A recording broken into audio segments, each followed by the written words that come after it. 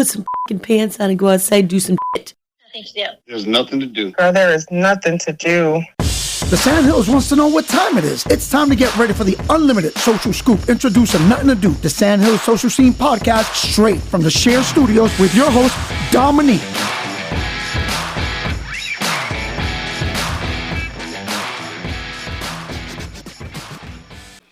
Newsflash, buddy. It's the Nothing to Do episode 13. 14. Recorded at the Share Studios with my trusted partner, Brian. He's in the background, keeping me together. And we all know, especially if you know me, that's a hard task to do. Thank you, Brian. And thank you, Jimmy, for allowing me to use the Shared Studios. Huge shout out to Cumulus Radio Group. That's Q98, Rock 103, Magic 106.9, 640 AM. Now, this week, I have a poet. I know there's a lot of them, but there's so many dope spoken word, wordsmith, MCs. They're all in the same around town. And this guy has some really great things going on for him. And he also does a lot with Cumberland County Schools. So we're going to give it up to Suave The Poet. He's going to be joining us today. And I also have a great message that I want to get out to you guys about an event coming up. So I called in for reinforcements, and I have one of my junior reporters coming in to interview me today. Want to say last week was pretty dope. I got to check out the workings of the new mural that's on Green Street by Background Records. Sean, thank you guys for so much for putting out that beautiful artwork. If you guys get a chance, just in time for Dreamville, we've got J. Cole's face on the side of a building. What better way to start off the week, right? So, episode 14 of the Nothing to Do podcast coming up for you soon. Just hang tight. We'll be right there. Just 1 second. Okay. All right.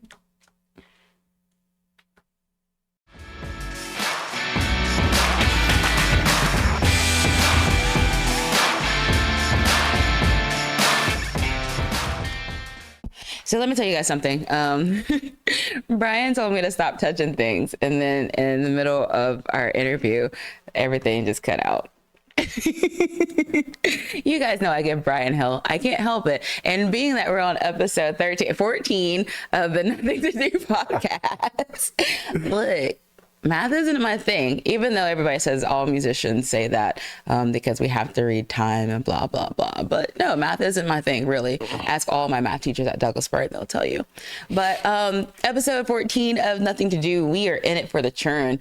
And my next guest, he does a lot throughout the community, wears a lot of hats. And my best thing that I said in the last take that I remember is what we're trying to do is be the person that we needed or wanted when we were kids. And I mean, he's a wordsmith, he's a stylist, like he's pretty much got it going on. So let's talk to Suave The Poet. Hey, welcome. Oh, okay. We're doing this again. Yeah. All right. Back, take two. Take two. So, as we said before, my real name is Dre Sansbury. I used to didn't say that. I used to just go in and be like, I'm Suave The Poet. But then I realized if you Google me, you're going to Google Dre Sansbury, and that's where you're going to find everything about me. Okay. And then they'll tell you about Suave The Poet or whatever. But yeah, so stage. Where did you get that name from? Suave The Poet? So love this story. Told it 1,000 times, but it's very simple. So my middle name is Rico. I am not Hispanic at all. Not a single Hispanic bone in my body. Well, it's rumored that my dad's dad is Panamanian. And I call him my dad's dad instead of my granddad because neither one of us know him, right? Okay. So anyway, it's rumored that he's Panamanian, but we don't know that, right? Okay. Right. So anyway, but my middle name is Rico, but it's not spelled R-I-C-O, spelled R-E-C-O. And so in middle school, we had a Spanish project, and I was real cool with this dude named Shaheem. And I always have been infatuated with ladies, right? Mommy issues, okay? And so he was like we had to use our middle name to come up with some type of project. I don't remember that in depth. But anyway, like he was helping me out with it. And he was like, what about Rico Suave? And I was like, bro, my middle name is not spelled that way. He was like, it don't matter. And so then I did that. And fast forward when social media started popping, I was in high school. and I needed a social media handle. And so I went through 1,000 different crazy names, right? I won't even say some of them because there's no way I should have been in 9th grade and that inappropriate. Like, let's throw that out there. Hence why I do the things I do for the community and kids today. Because right? When you know better, you do better. You teach one, right? Absolutely. So it was Dre Suave, and I gained a lot of popularity in high school from that, like outside of my school. I was known at every school, right? I was homecoming king, all these different things that you could potentially be.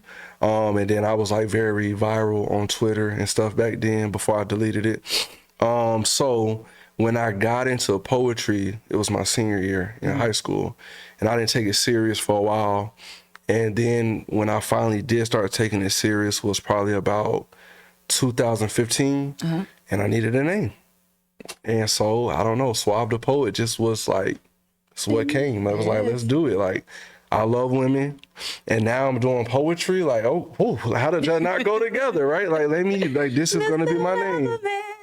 And so, and it's crazy though, because I didn't even get into poetry for women, like to write about love or anything of that nature. Like, that came later on.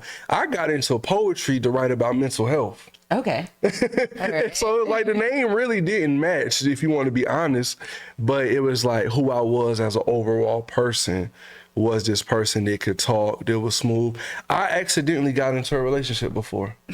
Literally, accidentally. Like, I didn't know we was together. She was like, you said this to me, you ain't think we was together? I was like, no, I didn't actually. So then, like, that's how smooth I always was with words. Now. Right? Okay. Real bad. And she meant that. I'm talking about, she almost was about to beat somebody up. This was like 11th grade. She was about to beat somebody up because in her mind, we went together. And I was like, I just missed the memo. I'm sorry. And I actually let her bully me into the relationship. I was like, all right, cool, let's do it. Whatever. But that's how I got the name. Great relationships, right? Yeah. The greatest ones where you're like, oh, wow, we flow so well together. Maybe I should not let him know that we're in a relationship. So, yeah. So what high school did you go to? 71st. Okay. So you're Falcon, what year? 2014. Ooh, all right. So, talk about how grown I am. So what did you do post school? Like, did you continue with poetry? Did you jump into school and just leave poetry behind? No, well, I tried to leave poetry behind because if you know, like, my past, which I tell through my stories or I tell in podcasts, I was very involved in, like, the streets. So with the people I hung around in the community I was involved in, it was a very scary thing to be like, oh, I'm a poet, or like I do poetry. Like, you know, like you afraid of what your boys or the people around you gonna say or what, you know, they're gonna judge you. So I fought this talent for a while. I figured out I had it my senior year, and I wrote like 2 poems. And one of them I had sent out to a friend I had in high school who was very intelligent. Like, she graduated top of her class at E. Smith, and I sent it out to her, and like she was shocked. Like, she was like, yo, cause you just want to put who I was with this back then. And it was like, okay, like I was very smart. Like, I graduated high school with a 4.0 and all. So like, it wasn't that the intellect wasn't there. It was just who I was. Like, you're bored. Yeah, like, you know, bored with school. I missed probably upward of 30 days my senior year of high school. Yep. That was when I learned, though. I learned the game. I was like, if I got straight A's, they not failing me. Like, you know, they say if you miss a certain amount of days, they gonna fail you. But like, I had it in my mind. Plus, I had everybody wrapped around my finger as well. I was like, they're not gonna. How you gonna fail me? And I got a 4.0. It just doesn't make sense. Like you said, I was bored. But when I sent it to her, and the response, it was like, okay, you might have something. But I still didn't think that deeply about it. I was just like, I don't even know why I wrote that day. Like, why did I write a poem? Like, I can never figure that out. And there is an interconnection between when I was young, because I used to write music. I used to be a rapper, quote unquote. And so I realized that not everybody's meant to be a rapper. And so when I gave that up in about 8th grade, 8th, 9th grade. And so that's probably where that connection comes. But for the thought that was in my mind that day that said, let me write this poem, I don't know. But after that, it was like, okay, you might be talented. But then I left it alone because, like I said, what I was involved in and who I was, they just didn't align. And so post-high school, I went to the military. Okay. And I was a tanker because that was the quickest ship out date. And I told my recruiter, I said, if you don't get me out of here, I'm not going to make it. I said, I won't make it into the military. I'm either going to be dead or in jail. Like, that's what I told him. And he was like, okay, well, this is what we got for you. He was like, it don't match your ASVAB score, but this is what we got. You know what I'm saying? Like, you could do whatever you want to do. You don't even got to go to the Army. And I was like, get me out of here. And so that's what I did post. And then I was there, and that was some of the darkest times for me because I went through OSET, which is like a connection, like you basic and AIT together. So the whole time is like basic training. And for the first time in my life, I was forced to be alone. And I started realizing a lot of the things I went through as a child. I started realizing a lot of things I went through in my teen years. Like, it's things I experienced in the streets that a teenager should never have to experience. Like, it's things I should have never seen. And I had to face all of that. And so I don't know what told me to do it, but something said, go back to that space, go write. And that's what I did. And I started writing, and I wrote my way out of it. And that's the only way I made it through, because it was so many times I wanted to be like, yo, I'm done with this. Like, send me home. Like, I can't do this. And I'm grateful I didn't. Because that military experience, one, shaped kind of my mind.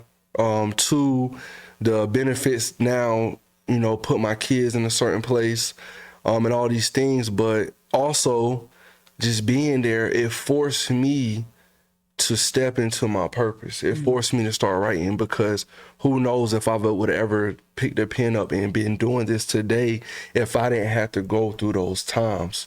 And so that was what I did. And so after I got back home, so I went in and I decided that I was just going to be reserved, right? But I did active duty time. I've been overseas. I've deployed the whole nine. But I did get to spend a lot of time balancing regular life and it. And when I got back, 2015 towards like the middle, I was like, what do I do with this? Like, what do I do with poetry? Where do I don't know a single thing, and I'm not surrounded by the people that can teach me a single thing. And so I was like, okay, you realize the dark space you just went through, and how you started writing and all these different things. So how can you correlate that to getting it out of there? And I'm 19 years old.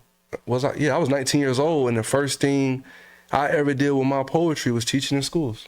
Nice. And it was just because I just had it in my mind. It was like, I want to be able to impact people so they never got to feel that pain. Like, they never got to go through that darkness, because I wouldn't wish, to this day, some of the, like I was telling you before we started, just this past month, I wouldn't wish some of the darkness and some of the experiences and some of the pain that I go through or have gone through on my worst enemy. So it was like, how can I reach out and help these high school students navigate this important, crucial part of their life and move forward? And because I had this writing ability, I just put them together, and that's where I started. So what made you choose the demographic of high school students? I mean, I've done it in middle and I've done it in elementary, but high school was a target because I feel like those are some of your most critical years. And that was where I was involved in the worst parts of my life. Like, it kind of, 9th grade, I lost my aunt to suicide. And my aunt, in my eyes, was like what my mother should have been. And so that was like the spark of where my life kind of changed. And so it was like, let me help this specific demographic, because they about to go out into this real world. And once you get into this real world, it's real. Like, really, you know, so I was like, let me see if I can do that. Also, I'm like a year and a half out from high school. So it's like, if I go here and I'm talking to them, like the relation is there. Like we very interconnected. And so they may listen to what I got to say. And that was just kind of like what my thinking of it was. And now I still am okay with doing middle school, not so much elementary. Just not that I wouldn't or not that I don't, but it's like the work that I do now is so deep that I know it would be harder to understand. Okay. And so I'm not about wasting like anybody's time, including myself. And so if a school is going to pay me to come in, it's always deeper than the money to me because I've been doing this for free for years before I got to this point. So I don't want to go and waste their money if I don't think that there's going to be some type of benefit or purpose from it. Do you think that you'll ever like expand to college level? I do college level. You do college level? Yeah, Okay. I do. Yeah. So first of all, I need you to give me a resume. I need you to give me your resume and let me know what you do. Because it sounds like you do everything. So you're a man of many hats, like I said. So I do college. Actually, college is my favorite scene. I love college way more than high school. Yeah. But high school I feel is more purposeful. So, but I do college. So I just my last tour we did four colleges. Okay. But yeah, I love college because it's a lot more free. Like they give you a lot more rope. Like, you know what I'm saying? Like you can go in there, you don't have to water it down. You can say what you want. You can use profanity. Like you can hit them at whatever angle you got to hit. So I love college, and now it's easier for me to do college because I'm a little further away. Like I'm 28 now, so not too far, like if you're a graduate student or whatever, but I got a little bit of distance, a little bit of gap. So now it's easy to expand into that market because I can help them get to this next level. I feel like every chapter in life is about different levels and different growth. So now I have the opportunity to feed into them. So I love college. It's fun. It's like they understand it. They feed into it. Like they really get it, and they're right there with you. And then they want to come talk to you even more because they don't have the same fears of a high school student to come talk to you. And me and Zay, we make ourselves very marketable in high school to where students do feel comfortable, but it's still a extreme gap between a high school student and a college student. So yeah, I love college. I was telling the kids, I went to Bird Middle for career day, and they're all like, well, how did you get into radio? And I had to let them know, of course, like Pat Bernard, shout out, favorite teacher, and one of my favorite teachers in high school. We had a broadcasting program, but it's all about flipping the narrative. I was always in trouble for being talkative. Now I'm an adult. Let's flip this and make some money for doing the same thing I got in trouble for, And I see it's very, very important that, we all have those dark spaces, but you're able to flip it and turn it into something beautiful that someone else can relate to in their bad times. Right? Right. But my dark space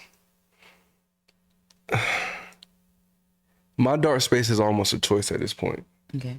And so like, you're right. Like I use it to flip the narrative and help each other's, but I've grown so accustomed that my purpose is to help everybody that I don't help myself anymore. And so a lot of those times I go into those dark spaces because, and this is going to sound insane, so I have to figure out how to word it. You're amongst your people. You're amongst I've never like said this out loud, and this is like really a last month realization, to be honest with you. But I do not function without inconvenience, because if I don't have it, I'm talking about severe inconvenience. I need something that make me just so upset and so dark, because I feel like if I don't go to that dark space, I can't write. And I feel like I can't produce. And if I can't write and I can't produce, then I have nothing to offer the world. So I will literally cause and self-sabotage my own life in order to get put into that dark space. So I have to travel back to when I was young or whatever to like revisit trauma and connect it to why I did that. But I'll do all of that because I would do anything to give this world what it needs. Like I don't feel like my purpose here is for me to be happy, but it's to prevent other people from going through the things I go. Like literally, that's how insane my creative process is. I, for a long time, have called that thought process comfort in chaos. I find comfort in chaos. I've moved and birthed some of my biggest and best projects for other people when I was down and out. A little later on in the episode, I'm talking about the Art Gallery of Hope, which is a nonprofit. I deal with KidsPeace, it's a nonprofit, I deal with foster children. We got a lot of foster kids around here. But I was going through infertility battles that caused my mental to just like go super low. So I was like, what do I do about it? I help the kids that are on this planet. Help these kids that are in our community. So you could see it as a bad thing for now. Those are your feelings, sit in them, but I still think it's a beautiful thing. Whatever, I win. So what do you have going on coming up soon? Because I know I've stalked you on Facebook. You had a lot of things going on. You had Pull Up Poet, which was pretty dope, by the way. Mo was like, here, come sit up front. And my anxiety was so super high, but you guys like put on a really, really good show. I was talking to Anaya and I was like, oh my God, my anxiety. But you guys made me feel comforting. And I hope that's what the art does. But Pull Up Poet is in post-production right now. And yesterday I just got the first like mini clip. And it almost made me shed a tear because I haven't enjoyed it yet. Like, I haven't enjoyed that moment. Like a lot of people would have been so proud of themselves and so excited. And to this day, like I still haven't enjoyed that moment. Same. And so I beat myself up about that because that was a huge moment. Because like, I mean, reality is for the most part, we did pack out the theater. We got it done, like everything leading up to it. It came together and like, you know, most of the people that I heard talk about it all enjoyed it. But I am not a creative that believes what people tell me about art. Like, you know what I'm saying? So like, if I put something out, it's nothing that will ever validate that. Like it just doesn't happen for me and I just don't know why. But I don't know. I just don't find validation in words people say. I don't know. I feel like people tell you what they want you to hear because they want to be nice. And I'm a person that's very big on like transparency. So I want you to tell me what was wrong so I could do better next time. So that was one of the reasons I didn't enjoy it. And then just amongst a bunch of other different things. But now that I seen that clip, it was probably my first moment where I had like, okay, it doesn't matter how you felt about that night. The bigger goal was to make this movie to submit to Amazon for them to take. And seeing the footage and how that's coming together was like, it made me believe that it's gonna happen now. Like, and so that's one thing. So Pull Up Poet, the actual movie is coming. I'm waiting for the video team to let me know a timeline, but I also told them if it's not till next year, I don't care. Like I want it to be perfect because Pull Up Poet wasn't an idea that I got a month before, like we put it on, 2 months, 3 months. I had that in the bag for a year and a half. It was written a year and a half before we ever put it on. And it was so many different times where I was like, let me do it. But nothing ever felt right. And it was like, I need everything to align. And then when I met Jeremy at Fayetteville State and I seen how I could make the two come together, that was the moment. So I'm very excited about that. So I don't care when it comes out. I just need it to be perfect because of how long that baby has been, you know, being put together. And then immediately starting this Friday, it starts the Dedicated to You tour. And so Dedicated to You tour is all new content. You won't hear a single piece that I've ever done before unless the person paying me forces me to do something. Like, you know what I'm saying? Because everybody has their favorites. And like a poetry catalog lasts a lot longer than a music catalog because of the spaces that it's done in. And music catalogs last for a long time. Like it's songs that people still want to hear. Like I was upset that Usher brought Luda and Lil Jon to the Super Bowl and didn't do Lovers and Friends. Everybody's like, oh my God, that show. I'm like, but what about my friends? Like they should have ended that, you know? Like, what about my lovers? I need them all to just like, all of y'all are literally right here with more friends. Okay. And so got me hot.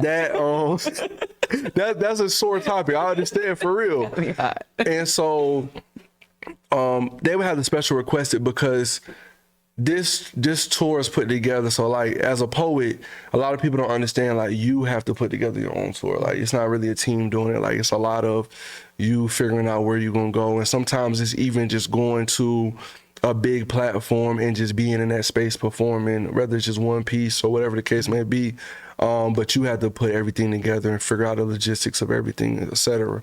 And so it's all new content because these shows or these performances or me putting these pieces into the air is very much an accountability thing. It's about everything that I know I refuse to heal from, all the trauma that I just let sit. And it's called Dedicated to You because it is dedicated to a specific woman because she made me realize a lot about myself. And so I had to figure out how to put all this into different sets. Like, and when I'm going to Atlanta, I'm doing a thing called a near-death experience. That's the name of the set. And that's because I realized the extremes that I will go to self-sabotage in order to write, like we were talking about, and the people that it harms. And the thing about love is when you experience pain from that, it's one of those things that it's like a near-death experience. I can't breathe. Yep. I've been there. And so she made me realize a lot in these past few months because we were like a lot of people that are experiencing me now or meeting me now, like you didn't know me before. You might have seen me before, but you didn't know me before. And so a lot of people don't know that I was married and I was with the same person for 7 years. And so after that ended, I spent a lot of time to myself, a lot of time alone. Like I dealt with different females through the process, but I wouldn't let myself get attached to anything because a couple months after the separation of me and my wife is when I took this journey of being a poet full time. That's when I got to be able to do this. And so I put everything I had into this craft, into this art, and just went after it. And so I didn't want to attach myself to nobody, including this woman. So she came probably 14, 15 months after the separation. And I didn't want to attach myself to her either, but I didn't know that. Like, you know what I'm saying? And so the first 3 months was the most peaceful I've ever been in any relationship. And that was scary for me. So you know what I did? Sabotaged it. I ran from it. I was like, and I'm talking about, I used to tell her, like, when I would pull up, it was like, for the first time in my life, it was like my shoulders always dropped. Because I knew I was going into this safe space. But that was so unfamiliar for me. And for those 3 months, you know what I couldn't do? I couldn't write. And so it was like, you know, something got to be sacrificed. And I did that, and it put me in a position to where I was able to write. But also during that time, it was like a lot of women tried to attach on to me, and I was almost disgusted, like, being around them. It was like, this ain't like what I just had experienced. So I tried to go back, and I did go back. And, but you got to think, I had spent 15 months really healing for the first time in my life. I have spent 7 years with a woman who is now my best friend. Like we got kids together, and I'd do anything for her. And we taught each other so much. Like we raised each other. We met when we was 19, 20. And so that, plus going through 15 months of really healing and dealing with trauma for the first time in my life, I was a different man. So what I gave this woman was a different man than she had ever experienced, right? And so when you present that to somebody, everything is all good, and you're dealing with them for 3 months, and then out of nowhere, they like, I can't do this no more. I had to think about that when I went back, what that time did to her. And so I'm thinking like, okay, well now I'm ready to come back into this, so let's do it. And it was wounds I created for her that I wasn't addressing. Like, I wasn't thinking about it. So our dynamic was different. And I held her accountable for that. I was like, I don't know, like you seem distant, this, that, and the third. And now that I'm ready to go all in and you hesitant, I'm making it seem like you created that problem, but I did. Yeah. And so when she finally was just like, I can't do it, it was a moment where I first went to a space where it was like, dang, you gave up on me, but you had every right to do that. But what it did was the most beautiful thing in the world for me, because it made me realize that I had no excuses no more. Like, my first two loves prior to this one was my ex-wife and the woman before her. And I always could blame those felon on me being a kid when I went into them. Like, I was young, I was dumb. Like, that's the excuse you use. And this time, I know the man I am today, right? I know the leader I'm expected to be in this community, the role model I'm expected to be. I think differently, I talk differently, I walk differently. Like, I'm a different man, and if you ever really get to know me, you know that. You're like, dang, this is a good dude. Like, and I'm a great father, like all these different things. So I know better now, right? And so it made me realize that that was no longer an excuse, and there was something that I was still overlooking. Like, it was something I was missing. There was a lot of things I thought I dealt with that I still didn't deal with, and I was forced to go back into that space. I went and visited my aunt's grave for the first time since she passed away, because I always was guilty, like feeling guilty that I had a question of why would you leave me, right? Like, you know what I'm saying? And I speak on mental health largely because of her. Yeah. And then I had a vulnerable conversation with my mother for the first time in my life. Like, I cried to my mom. I ain't never cried to my mom before. And so that put me in a space where it was a lot larger than her. Like, it became back to me and being accountable for all these things I refused to do, and like realizing that this journey that I'm on, it can be lonely. Like, trying to keep going to the next level as being a poet, and trying to continue to produce, and trying to get to the next level, and trying to have something to put to the world and shining a light on the world, and like everybody happy, but you not, like you alone. And I realized that, like, nah, so this tour is kind of like a turning point. Now I always talk about the creative process of wanting to go to that darkness. I got to learn how to write from the light, because I don't do that. I never done it. I feel like you're kind of like how with Mary J. Blige, everybody feels like all of her bops are sad songs, right? And then she puts out this dance hit, and everybody's like, I don't want to hear that. So you're like the male equivalent to Mary J. Blige. Yeah, and I'm afraid of that. So would you ever just, like, instead of going poetry, or keep it poetry for darkness and like writing stories or a book for your lightness? Have you tried to switch your genres? I do enjoy, what do you call writing? Like, when it's just writing, like when it's not poetry. I always struggle with what's the name for that. Like, if you're just a writer, like an author, you write a book, like Journaling, I don't know, right? I'm actually very good at that. But I don't know. It's just not poetry. And, you know, so it's like, I have clips in my phone, like where I've wrote in like short stories or whatever. And I usually don't put them out. I usually turn them into film. So that's what I think we was also talking about before the cameras came on. It's like, life after poetry is film. And I've been incorporating it now. Like, I'm probably one of the most cinematic poets that you will ever see. Like, if you go on my Instagram, well, a lot of it's not on there now because I keep my Instagram like up to date and clean off old stuff.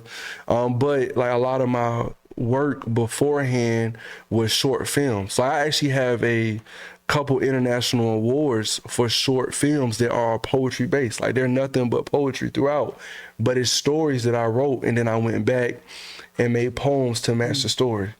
So I do write, but even then, I don't know, like, a lot of that still comes from a dark space. Okay. It's like, what I need to do, and this also sounds insane, I need to go to therapy, right? Like, that's just real. And I It's fun. I went last week. I need to go. Yeah.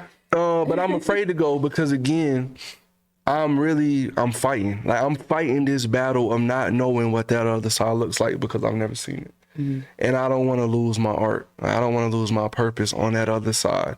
That's where I want to go. And that's what this tour is about. It's about escaping that darkness and figuring out what that light looks like while still, like my darkness is dark for me, but when I put it out to the world, it's light for them because I have people come into my DMs and tell me, I had one person one time that came into my DM and told me how they were contemplating suicide. And I didn't know them. Like it was somebody that was just following me, never met them. I didn't even follow them back at the time. And they told me that I had posted a video and it changed their whole perspective.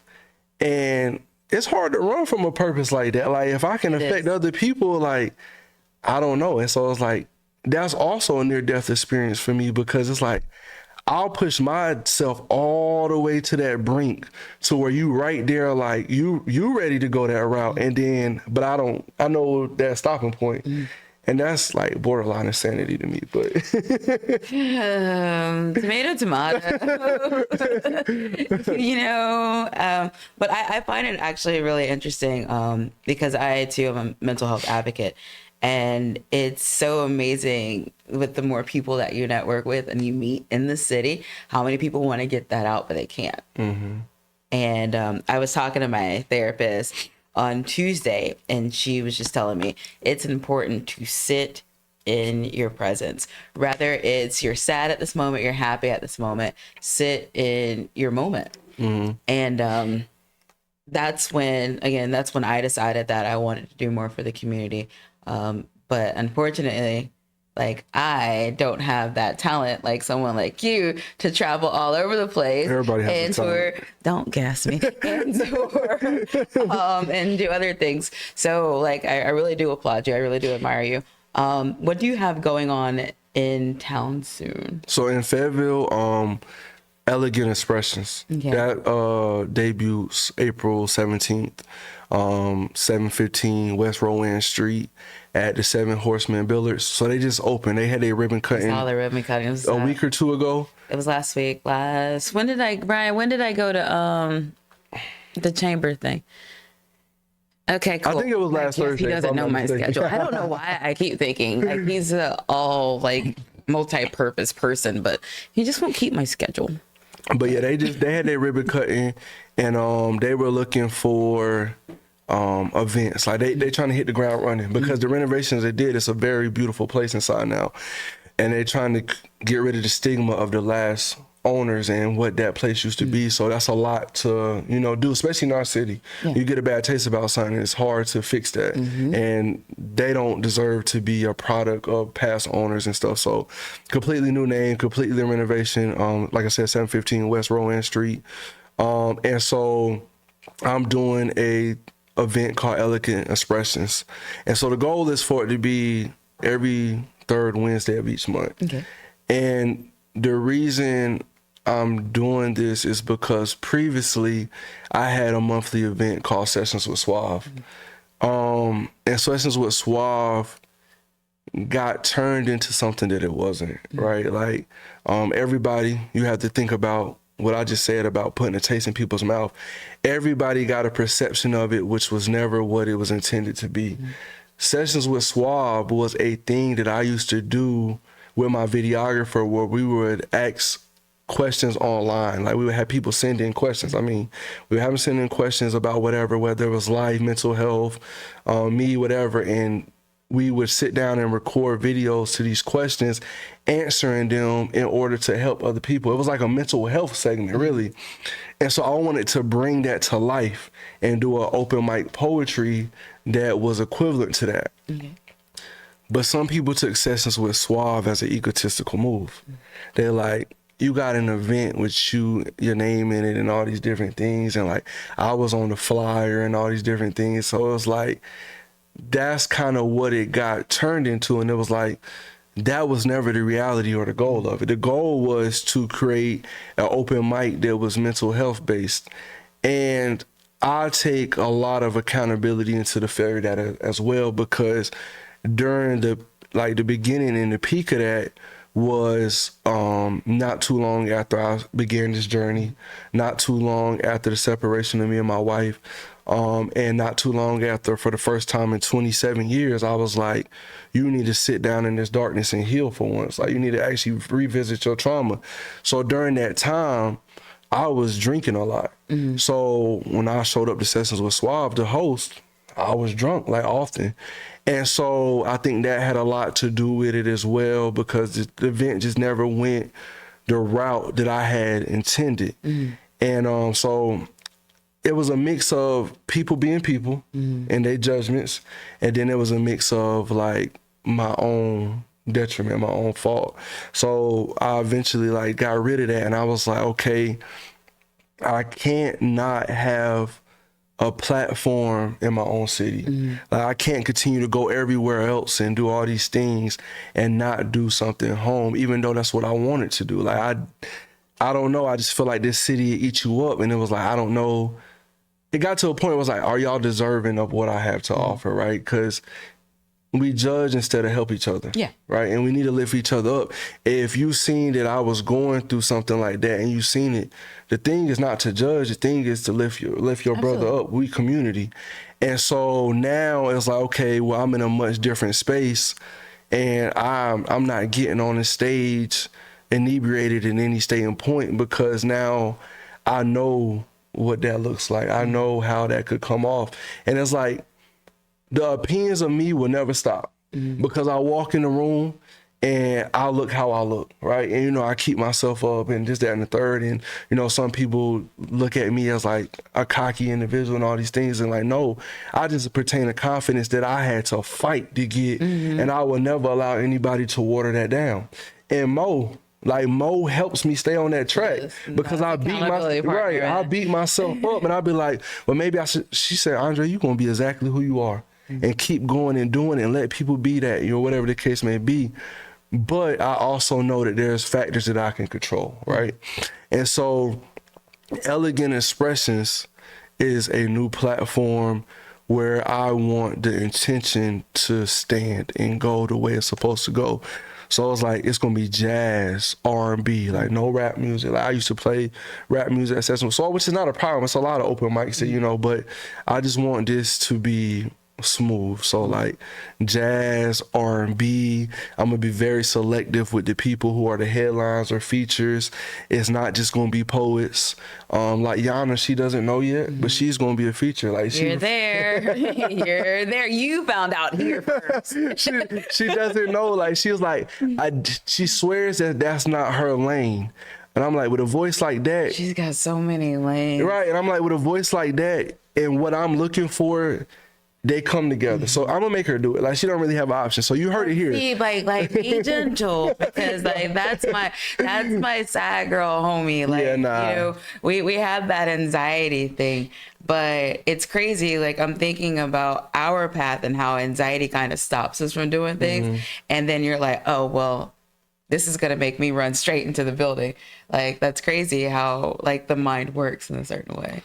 So, and so Elegant Expressions, like I said, is just an overall experience to allow people of all ages, right? Whether it's the people that are my age that have a different mind and they want to take their woman on a nice fancy date, or if it's a people, you know, older crowd, they want to come for a nice, relaxed, chill night. Whatever the case may be, it's like, that's the environment I want to create. And so like, I want singers. I want people who play instruments, whether it's guitar, piano, saxophone, like those type of things. Poets, like, this is an event for them. So we're gonna have 7 open mic slots. And we actually selling the open mic tickets online now versus them signing up at the door, because once we get those 7, it's capped. Like, we're not doing it anymore. And each performer will get a free professional video of their performance. Nice. So that's also something that I'm doing, because me and my videographer are real close and he wants to help me with this vision. And then to break up the open mic and the headline, we're going to have a panel. So it'll be 2 males, 2 females. So right now I'm going to pre-select them. But what I eventually want to do is create a known environment where people know that happens and they get eager to want to be on the panel. Because what we'll do is we're going to have a mix between the panel and the audience and myself, a conversation about love and the challenges that we see in this world and the things that influence them, right? So the overall event is just to shine light on love and romance in a brighter way. And so that's just kind of like what the event is about. Suave doing suave things. Yeah, for sure. So tell the people where they can find you on the socials. So Instagram, Suave The Poet 2.0. That's SUAVE, The Poet 2.0. Facebook, I want to change my name because that's the same name I've had since high school, but Facebook won't let me change it, but it's Dre Sansbury Jr. So it's long. I wanted to change it to either Suave The Poet or just Andre Sansbury, but they won't let me change it, and I got way too many people on there to start a new one. TikTok, you can find on my Instagram. I suck at posting on TikTok. I am the worst. Like, I just ordered a bunch of like blogging equipment this morning though, like the podcast lights, mics, all those different things, because I'm so into film that I don't like to put any content out that's not recorded by actual videographer, but I need to get more consistent because I need to get more consistent, and I know that, so I need to be able to put out content on the fly. So I'm going to step out of my bouginess or my ego or my act of need for perfectionist, and I'm going to start learning how to record. Even though I did go and watch like 17 hours of video on how to get the perfect iPhone video. But yeah, so I'm gonna get on TikTok. I don't even know what you can find me at Suave The Poet, something on there. I don't know what's behind it, but you can find me on there. But those are really, Instagram and Facebook is where I do majority of like my marketing, putting things out there, and posting new content or whatever the case may be. Can I put you on the spot? Sure. If you ask me to perform a poem, though. That's the time. Not Dre. and usually I always say yes. Oh my God. And the reason I'm going to say no today is because a lot of the stuff that's on my mind is new content. And no, we got to save that. Huh? We got to save that for the tour. Yeah. Okay. And so I have old content in my head, but I told you was getting an exclusive interview. So like this middle gap between letting all that content rest for now and all this new content come to life. So you'll be the first person.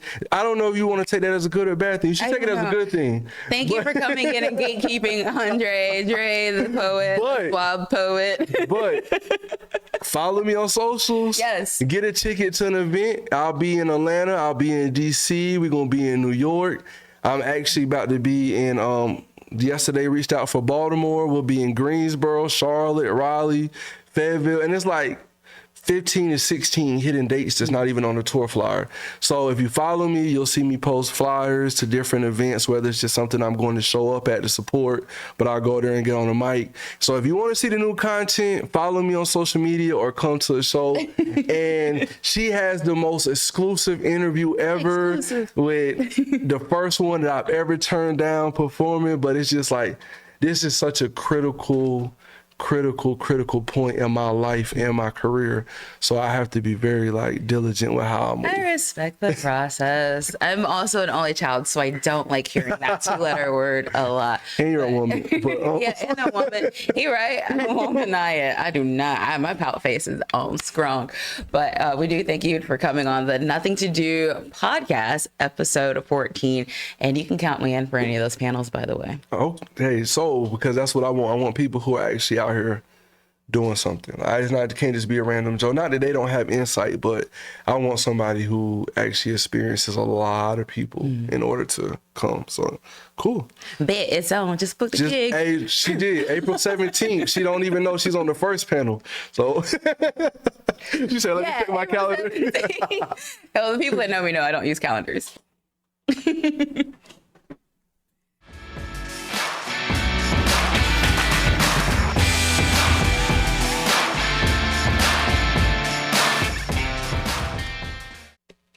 Hello, everyone. Big news. I have taken over this podcast and I am now the queen. My name is Sophia and welcome. Shout out to my school. Shout out to Capital Encore and Miss Wallace and Miss Serrano, best teachers, and Miss Freilich. Love y'all. Shout out to SZA. Your music is amazing. Keep making more, please. Let's see. Shout out to all my friends. I love y'all, even though sometimes I want to square up. I don't mean that. I'm sorry. And and shout out to my mom, Amber Little Brand. Go follow her right now on her Insta. Yeah, go do it. And now on today's episode of Nuthin To Do, I decided to take over and interview the host about her work in the community. Hi. So I'm your host, as if you didn't know. I'm Dominique, and thank you for coming and doing this today. You're welcome. I'm honored to do this. Well, I noticed you in your broadcasting club when you guys came into the station, and I was very impressed at your work that you did on Q98. You remember that? Yes, I remember. I had her falling out her seat. Yes, absolutely. So what's going on?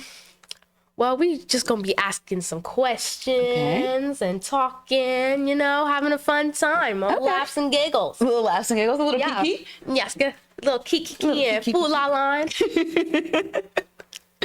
So what do you want to know? I want to know, what is KidsPeace? So, as you know, a lot of children aren't fortunate, and KidsPeace is an organization, it's a nonprofit that deals with children that are awaiting foster care. Cumberland County has a lot of kids waiting foster care. We're typically top 3 out of the whole state of kids that are needing their forever home.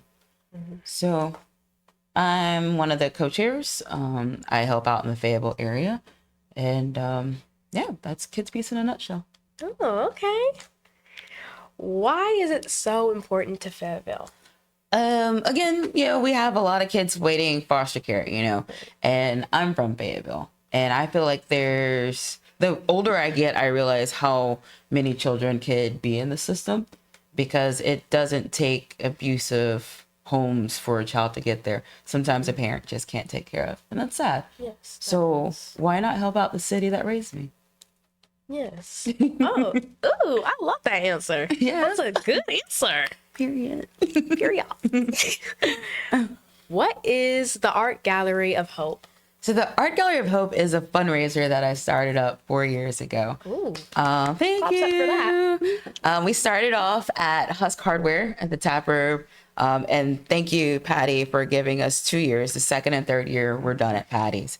Right. Art Gallery of Hope was one of my COVID babies. I decided that I wanted to have a dress-up event. Oh, Everybody likes okay, to dress up, right? okay. Have a dress-up event, and we have so many talented artists around town. So basically, we decided to have an art gallery where they donate their work, and all the proceeds, 100% of the proceeds, goes to help KidsPeace Fayetteville area. But the great thing about that is KidsPeace Fayetteville area helps out all the kids pieces that are in need in the country. So yeah, just pull the squad together and make a little money for the children. Yeah. Okay. 4 years is wild. Who helped you get things started? So it started off at having a beverage with a friend named Antonio Gonzalez. He is the GM Walk-Ons now. He pulled me in with a man that I call my mentor, Ray Thomas, the voice of the Woodpeckers, the voice of Fayetteville State, the voice of the world. Ray is really, really huge with Bronco Eye Radio. He's just amazing. And he helped me get in touch with all the proper channels that I needed to go into. Also, he hooked me up with this dope photographer by the name of Dante Elliott. And Dante is also another brand genius, just like your mom. And plug. And, they helped me get through the first 2 years. And moving forward, I've had like friends from TJ Moore to help me out. And the board of KidsPeace. It's a big collective of people that have come together and offer their help. And this year, I am lucky to have Cool Spring Downtown District that are going to be helping out as one of our sponsors. And there is a new spot opening up downtown, a dress-up spot. Called The Warehouse, who the owners of the Library right across the parking lot are going to allow us to have our event there. So, yeah, make sure to come out May 19th. It's going to be dope. Yeah. Dress up. Two things I love about downtown: food and dressing up. You know, the fashion and everything. Yes. What are you in need of? So right now, we're in the beginning processes, even though we've already picked out the place. The color scheme, I guess you would say kind of like what am I looking for?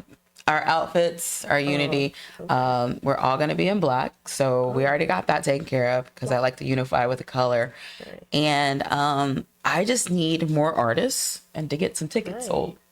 Black is such a sophisticated color. Absolutely. I just feel like it. Black and gold and red are two or three sophisticated colors. My apologies. It's all good. Well, the KidsPeace color is pink. So my outfit that I have in my mind is all black with traces of the hot pink going through it. Ooh. Yeah, girl. Hot pink is a beautiful color. Absolutely. And, if the artists want to donate their artwork, they can contact myself or Antonio Gonzalez.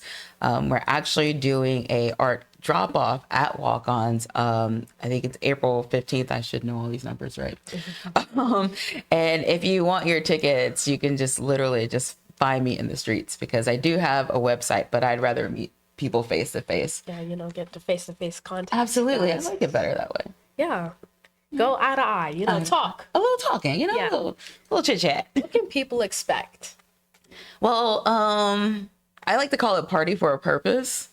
Right. So we're going to have a little live music, a little drink, mingling of people of all walks of life.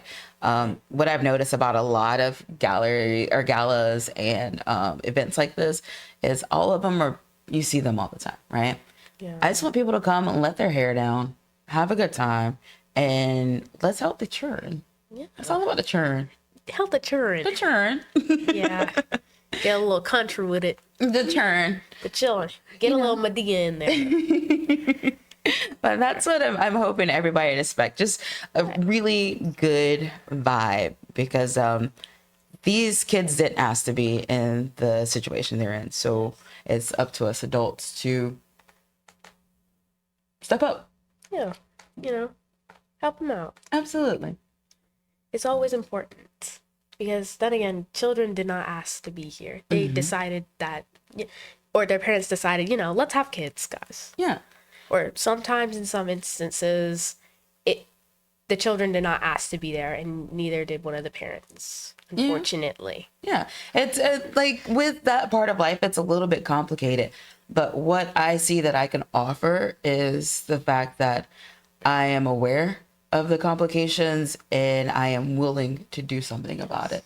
I don't know if you guys have the see something, say something, but that was a popular phrase when I was growing up. We do have the see something, say something. Yeah, especially like with the bullying in school. Absolutely. Bullying is like one of the main things in my school that needs to be improved. And that starts off from home. We don't have those idea situations where everybody's household is different. And I started doing things for the community in middle school. It was a big push for us to go out and volunteer. Yeah. And I think the more that we do things like this, the better the place would be. Yeah. I wish Miss Hughes was here because she wanted us to do some service for the community when she was still there, but unfortunately she had an opportunity at another school and she left. Oh, well, I mean, big ups to opportunities. Yeah, right? Yeah. Our school is nice, but I'm happy for Miss Hughes. Yes. And that's another thing, Miss Hughes was a role model for you. Yes, she was. That's all I don't necessarily want to be a role model, but I want to let people know that you got a shoulder to lean on. Yeah. You in a tough time? We're all in a tough time. Yeah. Work together. Just like you did today. Give me some. Yeah. So go ahead and close out your interview. Well, that was today's interview, guys. I will be back someday. You shall see me, and I shall overthrow again. Anyway, that's the end of today's podcast. Love you. Stay safe. Drink water. Yes, ma'am. All right, guys. It's the takeover of Nothing to Do by Princess Sophia. My little niecey poo. I want to thank her for coming out and giving me a chance to get my story out. Again, if you guys want to participate in the 4th annual Art Gallery of Hope, please do so. See you. Support the community. Support the cause. Party for a purpose. Yes, guys. All right, I got another segment coming up for you guys soon. See you.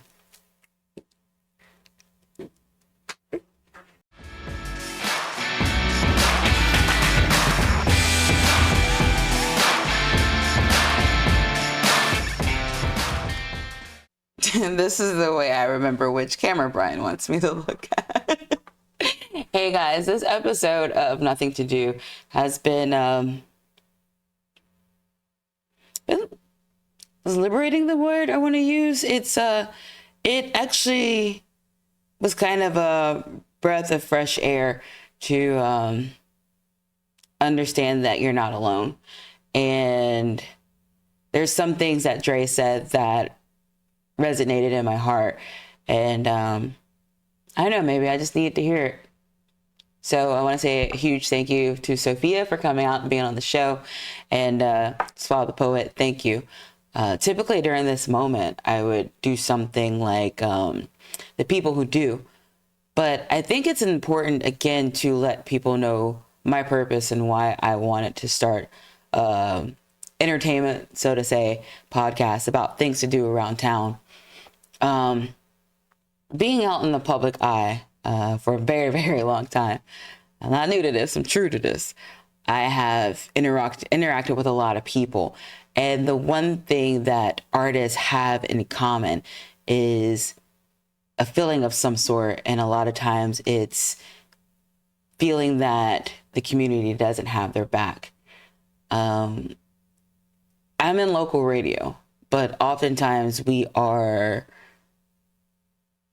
told to do things the corporate way. And we all know that I'm a little bit of a rebel. I've always been hard-headed. But this was a way that my corporate job could allow me to give back to the community the way I want to. And the way I want to is to let people know, no matter where you work for, who you work for, what you look like, there's something to do and there's a following. And hopefully I'm giving that to you guys, because that's my goal. Money's nice, but look, as long as there's dating apps, I'm always going to have food. And as long as I'm fed, I'm always going to be happy. So until next episode of Nothing to Do, we'll be on episode 15. Yikes. Thank you, Shared Studios, for letting me borrow your space. Thank you, Cumulus Radio, Rock 103, Q98, Magic 106.9, and 640 AM for giving me this outlet. So here's all the things to do. And there's nothing to do down. Bye. Did you just say as long as there are dating apps, you will always get fed? Mm-hmm. All right, cool.